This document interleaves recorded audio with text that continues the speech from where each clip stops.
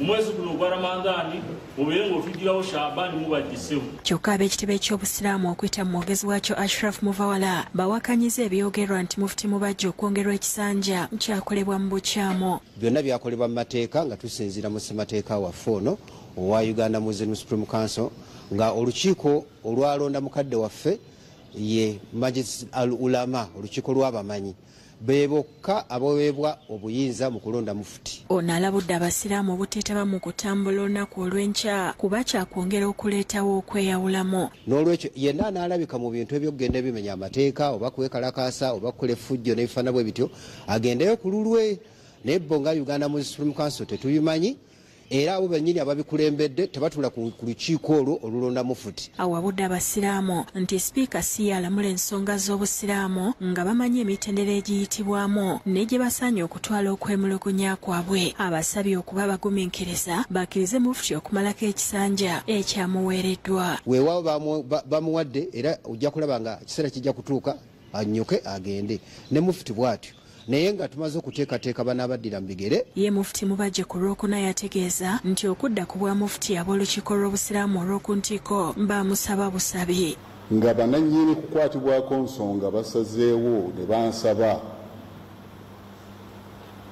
nzikiriza Allah kyanaaba nsobosezza era nja kukikola na mwoyo gumu. Yategeeza nti ekisanja kino agenda kuteekerateekeramu abanaamuddira mu bigere era yasaba abalina obusobozi okugoberera emitendera egirambikiddwa. Ekiseera kino ekisanja kino kyengenda okutandika kibeere kyakuteekateeka transition okujjulula obukulembeze okugenda mu mikono emirala. Lisan Mutyaba yakusakidde eggulire lino ku Rabukedde TV. Abooluganda abako n'ab'emikwano beetabye mu kusinza okw'okwebaza olw'obulamu Katonda bw'awadde Inginiya Dan Kibirige ng'ono yafiiridde mu kabenje ku Lwomukaaga lwa Ssabbiiti ewedde we yali ava mu disitulikiti ey'Isingiro okuziikirako mutuuze munne eyali afiiriddwa maama. Omugenzi bamusabidde ku kanisa eya St. Luke Church of Uganda e Bunnamwaya mu Lubaga. Okusinza okw'okwebaza Katonda olw'emirimu gy'akozesezza Inginiya Dan Kibirige afiiridde mu kabenje ku Lwomukaaga lwa wiiki ewedde. Kubadde ku kanisa St. Luke Church of Uganda ekitebi mbu Ssaabadinkoni bwe Nateete nga kukulembeddwamu Ssaabadinkoni Biike Buwembo nga yambiweko abaweereza abalala nga kwetabyeko ebikongo okuva mu gavumenti ya wakati n'ey'Emmengo. Inginiya Kibirige yali ava kuziikirako muliraanwa waabwe Tobias Nsubuga ey'Isingiro eyafiirwa nnyina. Ssaabadinkoni Buwembo n'omusumba we Bunnamwaya Elijah Kyobe basimye obuweereza bw'omugenzi Kibirige eri ekkanisa nga abadde ku lukiiko olw'ekibiina eky'abaami abafumba abakristaayo era nga yamu ku baatandika ekkanisa eno. Kubanga nagamba abantu b'ekkanisa eno abantu kigenye okuyitaayita mu muzimbe ng'ekikomera baali awo nga batula omulimu gw'ekikomera era Uganda n'agamba nti omulimu tuteeka okukola kubanga Ssaabadinkoni yatugamba tuzimbe ekikomera twekomekere embeera y'ekkanisa ebeere nnungi. Musajja watuga ayogera ebigambo ebyo nga tamanyi nti bw'anaagenda tajja kudda. Basaasidde abatuuze b'ekitebi olw'enkyukuwe yagudde mu kitundu okufiirwa abantu abangi bwe batyo omulundi ogumu. Njagala nnyo okusaasira abantu b'oku kitebi olw'enjega eyagudde ey'abantu baffe abadde bagenze okuziika naye kumpi ne batokomoka era nga n'omugenzi ono yabadde omu ku bo. Namwandu ne bamulekwa beebazizza abakungubazi na bonna bababeereddewo mu kubabudaabuda.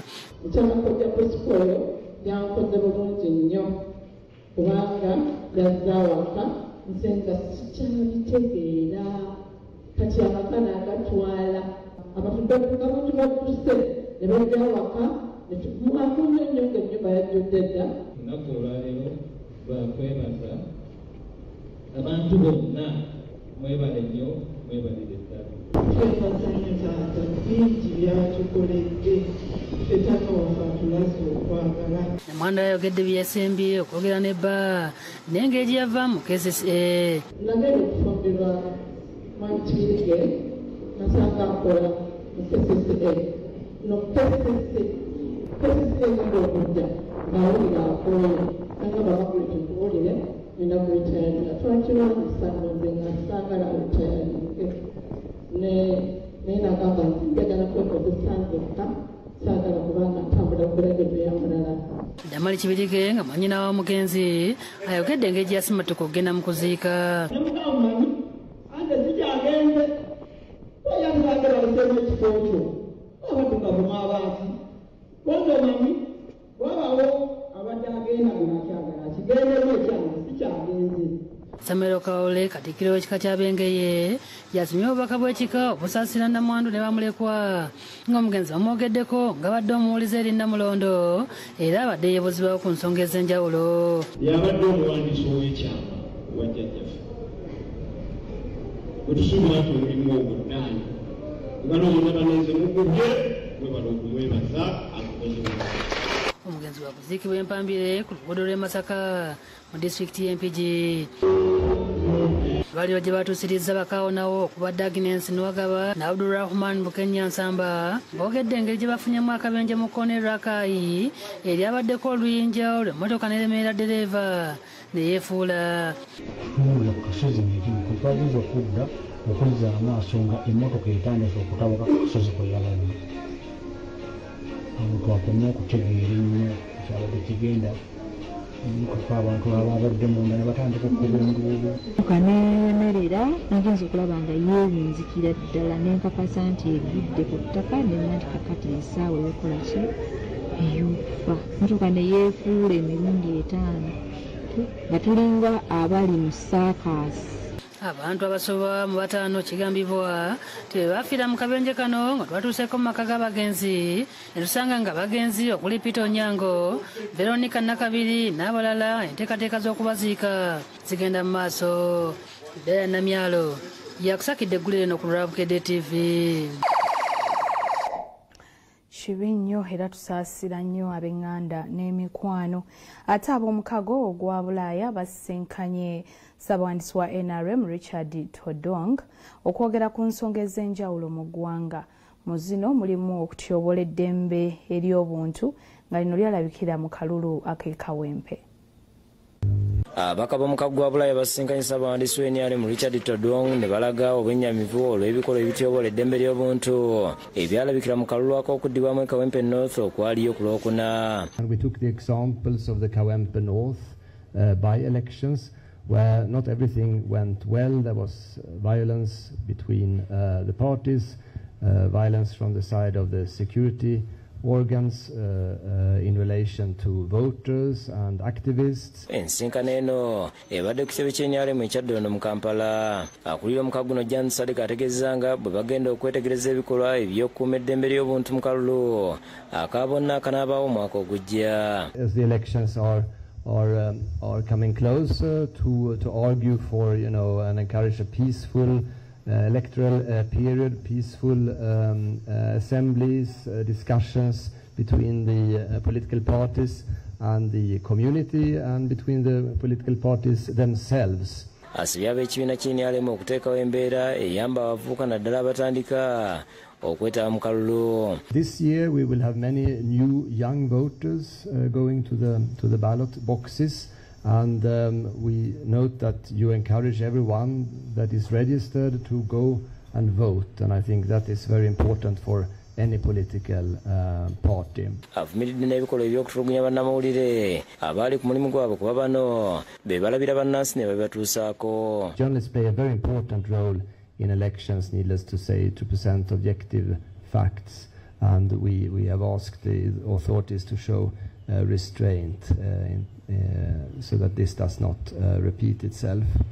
Agambye nti omukago gwa Bulaaya gwa kugenda mu maaso n'okutumbula enkulaakulana mu Uganda omuli okuzimba obutale, enguudo, okusitula ebyenfuna n'obulimi. We are active trading partners. We have doubled the Ugandan export to Europe in the recent years. Jani era asabye ekibiina ky'NRM okufaayo okukendeeza ku buli bw'enguzi n'okulondoola ensonga eziyamba bannansi ng'okutumbula ebyobulamu n'ebyenjigiriza. We discussed corruption, the dangers with corruption and the way you want to address that. Todong mu kwanukula asoose kwebaza ab'omukago gwa Bulaaya okubakyalira nti era oluggi luggule okwogera ku nsonga ez'enjawulo. The party is willing to always cooperate with our friends in the diaspora and share important knowledge and share important observations. abeebaziza olw'okussa ssente mu bintu ebyenjawulo ebitumbula eggwanga. Ku ky'abavubuka okuyigirizibwa okwetaba mu kulonda Todong agambye nti gavumenti eyambye nnyo okusitula embeera zaabwe okwejja mu bwavu. And this week we are going to Bunyoro sub-region to interact with the population of Bunyoro and also to account to the population what the party and government has been able to do. Kyokka agamba nti sibakukwasa abavubuka kyejjo ku nsonga ezitali zimu naye nga balina okwekolera. We need to provide tough love for the young people of Uganda so that they know it is not just sitting and demanding. They should work. We need to teach the African young people the value of hard work.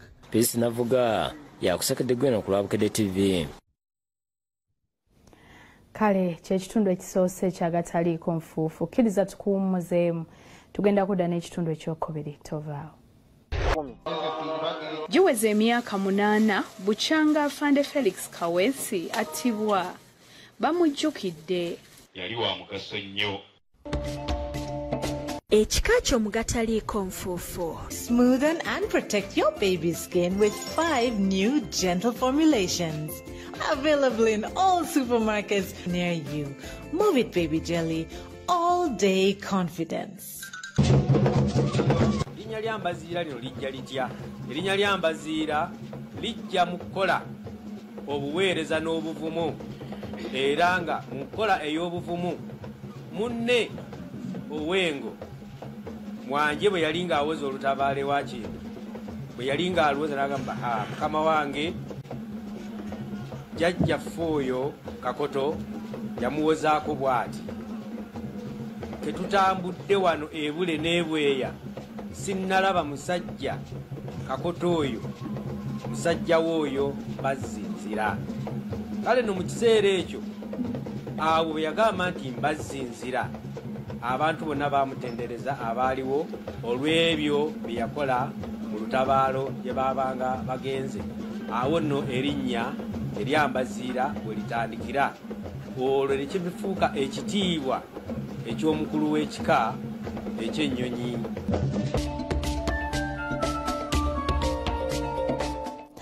Kulikayo nnyo mukuumulamu okw'ekitundu kyakubiri kino tukitandise ne bwana mukulu ow'ekigo ekya St Jude ekyazanga Reverend Father Mbaga Tuzinde Senkungu akuutidde bannalwengo okukomya omululu n'obugayaavu banyiikire okukola olwo basobole okujjukirwanga.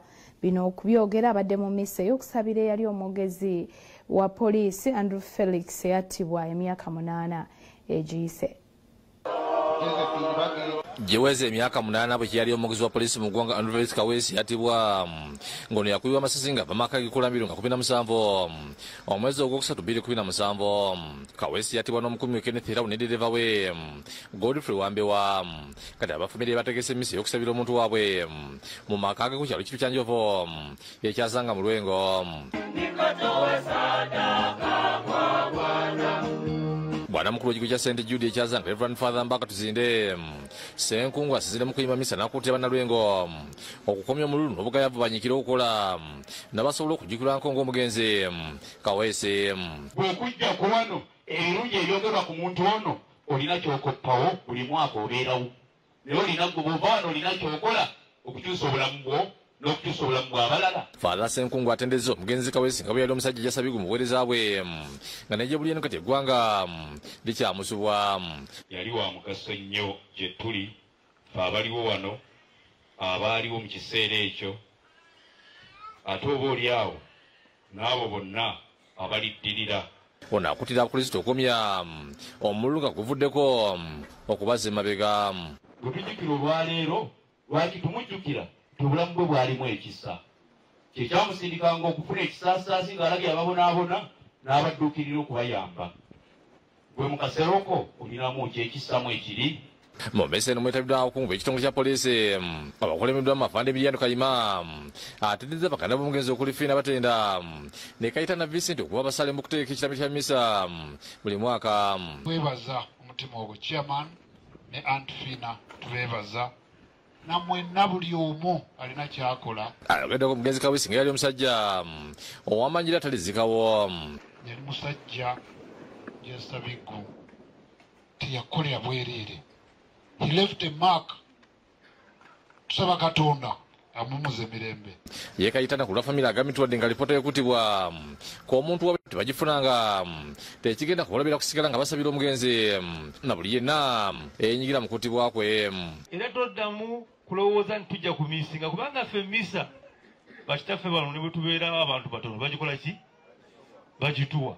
Kitegeeza nti tuli bamalirivu okusaba okutuusa bwe tunaggwamu amaanyi oba ne tufa.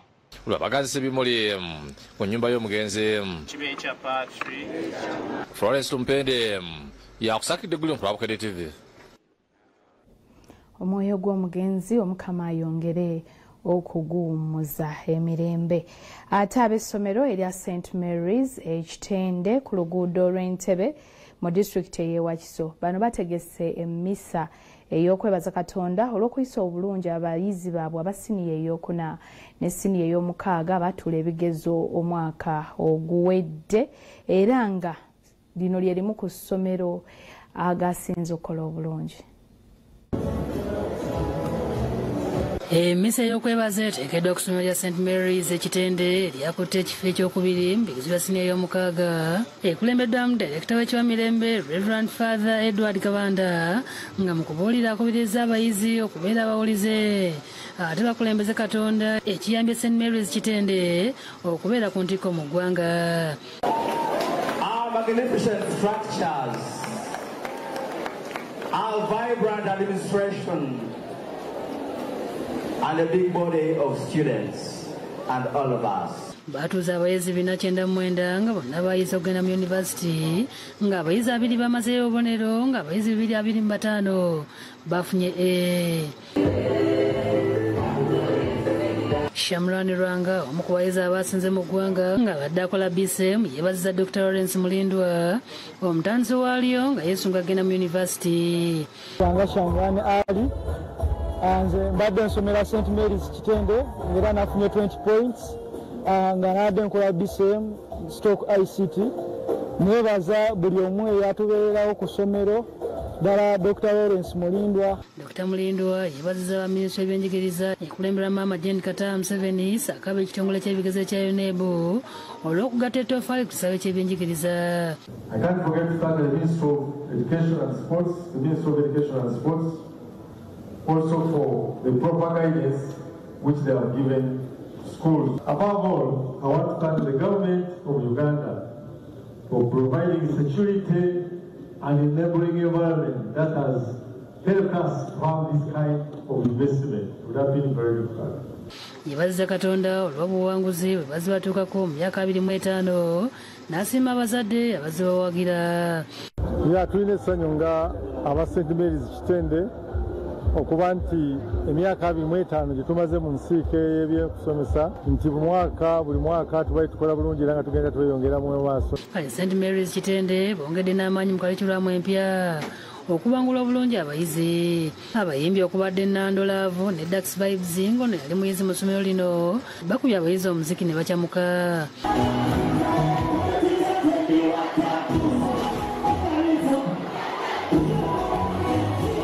St Mary's Kitende beeriisa nkuuli n'ebyemizannyo okuli omupiira, ensero n'okubaka nga be basinga ebikopo era nga abazannyi bava mu ssomero bamalira mu kiraabu z'emizannyo ez'amaanyi okuli ne Vipers Sports Club ekulembedde liigi y'eggwanga.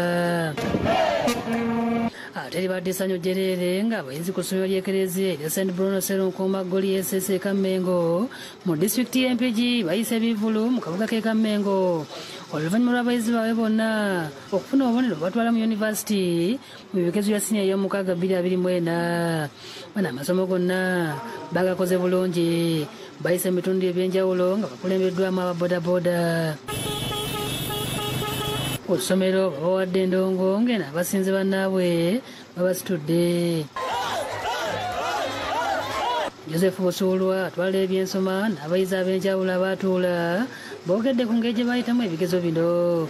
Tumanyi nti St Bruno ly'essomero erisinga mu Mpigi disitulikiti okuyisa abaana ba Erevo obulungi.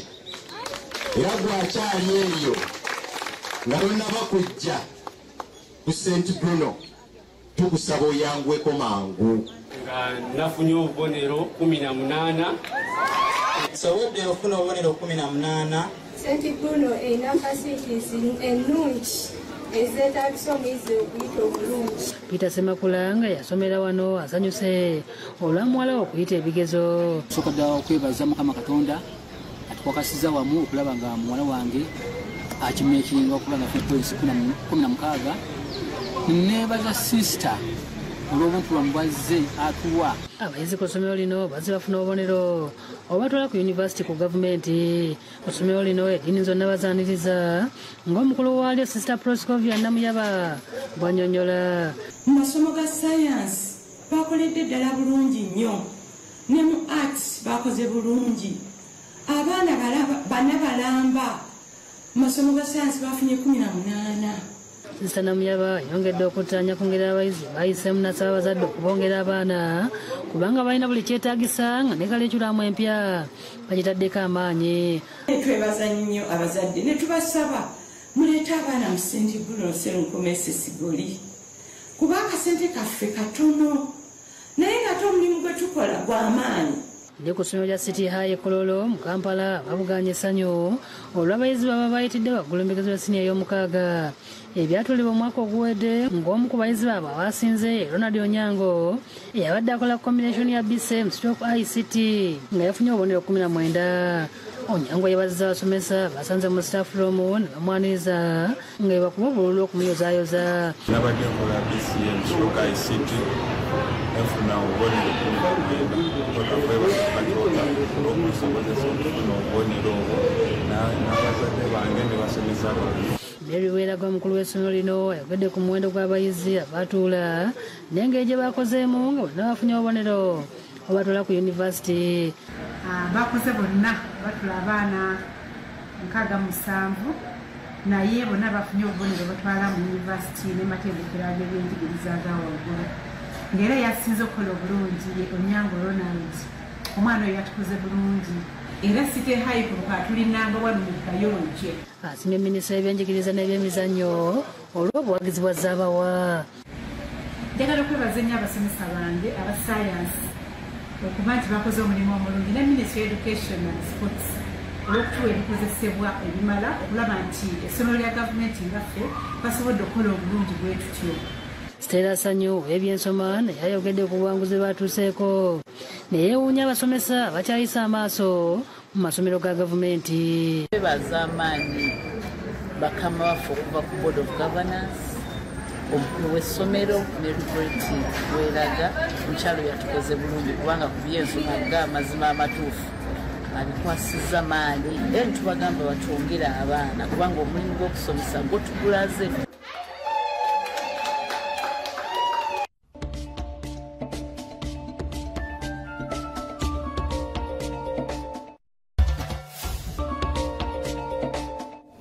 Kale bwe tweyongerayo n'agataliiko nfuufu, Pulezidenti Yoweri Museveni olunaku olw'enkya lwatandika okulambula abalimi mu disitulikiti ez'Ebunyoro n'okulaba ssente za Parish Development Model engeri gye ziyambyemu mu kitundu kino.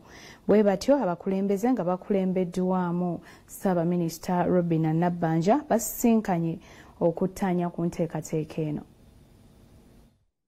Ssaabaminisita Robin Nabbanja ne baminisita okuli ebyensi Mattia Kasaija, Dennis Obuwa Nampola Gavumenti, minisita w'Obunyoro Jennifer Namuyango, omubeezi w'ebyentambula Fred Byamuka, minisita w'embezi Wamusigansi Miriam Tomutesitesi, wa State House Kindi Baliki babitaddemu engatto ne basingana abakulembeze ku ttini enjawulo okuva mu disitulikiti z'Ebunyoro okweteekera okukira kwa Pulezidenti Museveni okutandika olunaku olw'enkya.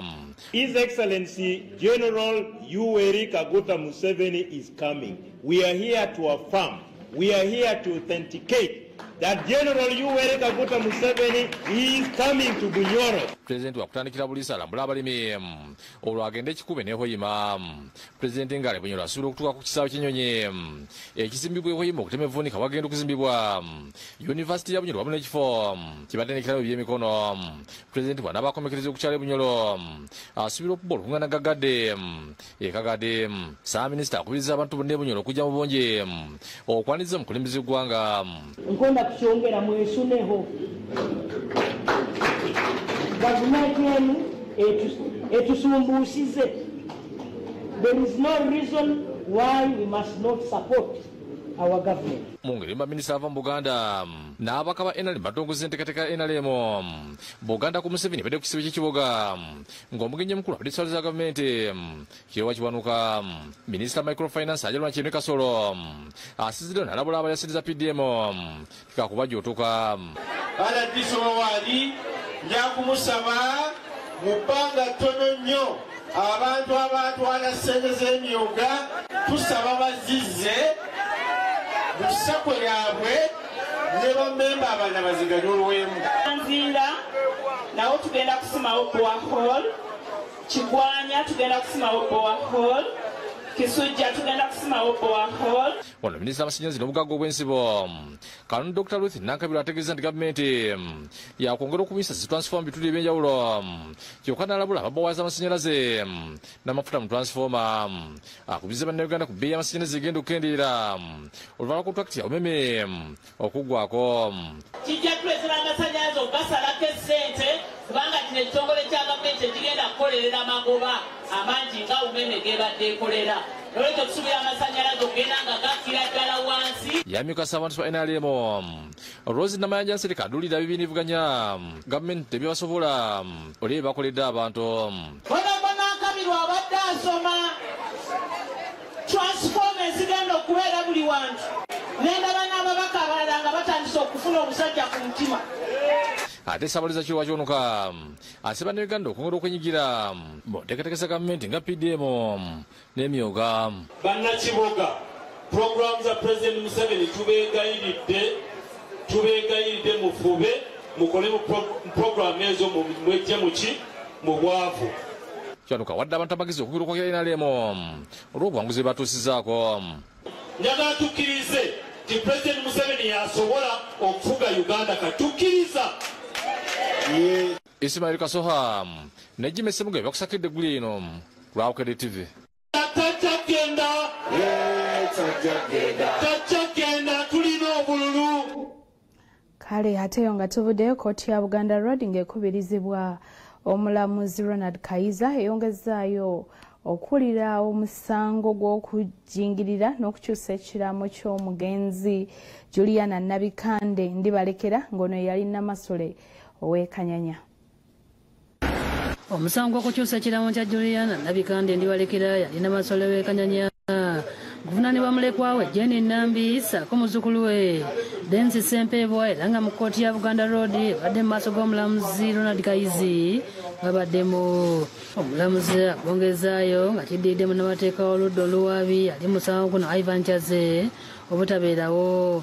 Alagidde bannamateeka abawaabirwa okuli John Mary Muwaya n'Okero Olyem okuleeta obuwandiiko okuva osaba owabi wa gavumenti obulaga nti omusango baagala kugujjayo nga bwazaategeeza kkooti wabula nga n'okutuusa olwaleero abaali tebannafuna bbaluwa oba ekiwandiiko kino mu butongole.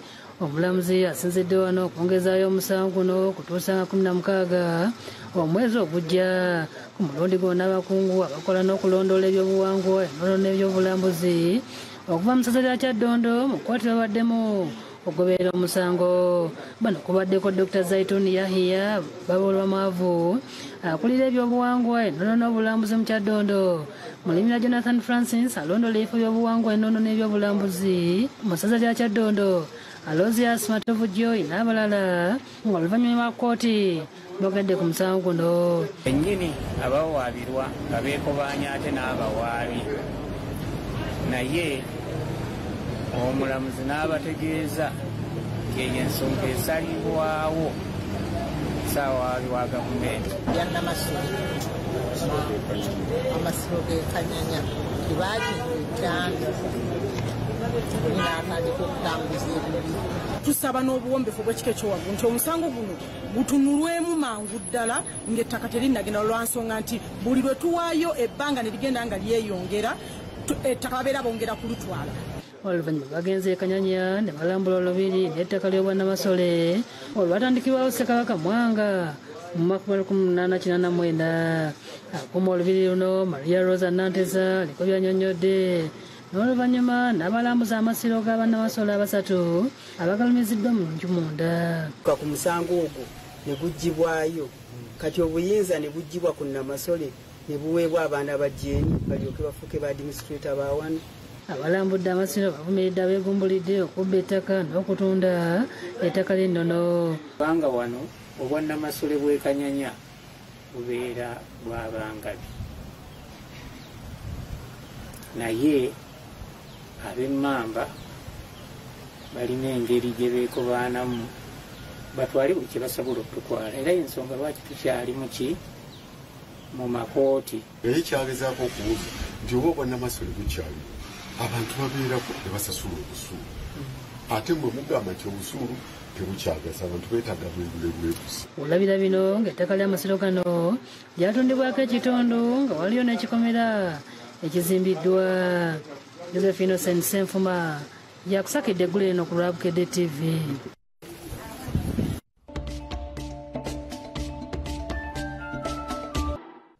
Lubulwa Lorian kwandiza mu kiro kyaffe ky'emizannyo agataliiko nfuufu wano ku Bukedde TV1. Tutandikiddeko mu nkambi ya Uganda Cranes bali Misiri oba Egypt nga beetegeka okutuuka ne Mozambique mu mpaka z'okusunsulamu amawanga ag'okwetaba mu mpaka za FIFA World Cup omwaka ogujja, ng'empaka ez'akamalo zijja kubeera mu USA, Canada wamu ne Mexico. Okusinziira ku malira agali mu nkambi, abazannyi abasinga bonna batuuse dda okwegatta ku ttiimu, era nga tuwayizaamuko ne Alan Okello wamu ne Dennis Omedi nga boogera ku mupiira gwa Mozambique gugenda kubeerawo ku lunaku lugenda kubeera Lwakuna.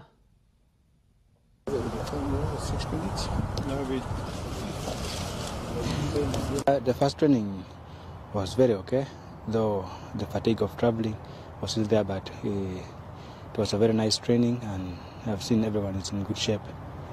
Yeah. No, as usual, the relationship is a very positive one. The mood was very okay. Everyone is welcoming and people are having positive moods. That is all I can say about what is in the camp at the moment. People are very positive with everything which is taking place here. Today we have quite a few numbers that has come in, and we hope that the training is going to commence as usual. And everyone is willing to to give in their 100%. We have some newcomers in. Today Toby came in, Muleme came in. It's really going to. I believe it's really going to be a hard day. Atenge tuvideyo ne tugenda ku mpaka za Uganda Cup. Kitale FC abayina ekikopo kye bawangudde season ewedde beesoze oluzannya lwa quarter final okufaanagana